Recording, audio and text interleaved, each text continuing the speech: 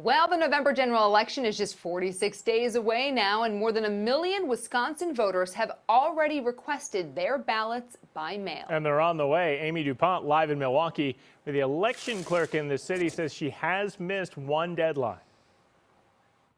Well, Ben, there are state statutes that require that absentee ballots are sent out in a certain number of days, but those laws were written before the pandemic and before a majority of Wisconsin voters opted to vote by mail.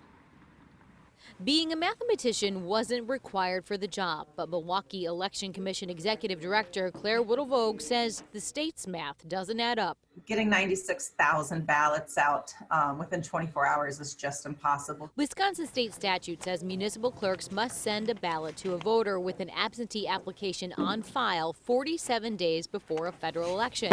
But often clerks don't receive those ballots until the day before they're required to go out. Well, getting them out within about 36 hours, which is the time that we had from the time we received ballots to the mailing deadline, is just not possible. There is no penalty for clerks who miss the deadline. Still, Whittle says the state statute needs to change. I think our laws were written expecting us to be mailing between 6,000 and 10,000 ballots, not almost 100,000 ballots. Requests for mail ballots are up, way up, in Milwaukee and across the state. We went from a state that did about 6% absentee by mail prior to April 2020 to a state that does 60% or more. In the August election, we saw that was closer to 80%. The Wisconsin Elections Commission is tracking voter trends, information the administrator will share with lawmakers responsible for writing election laws. So I'm sure that's the type of feedback, information, data that we'll be providing to those legislative decision makers as we head into the next session. Whittle is counting. We are making every effort. We will work through the weekend to make sure that all ballots are in the mail by Monday. Outgoing ballots and days.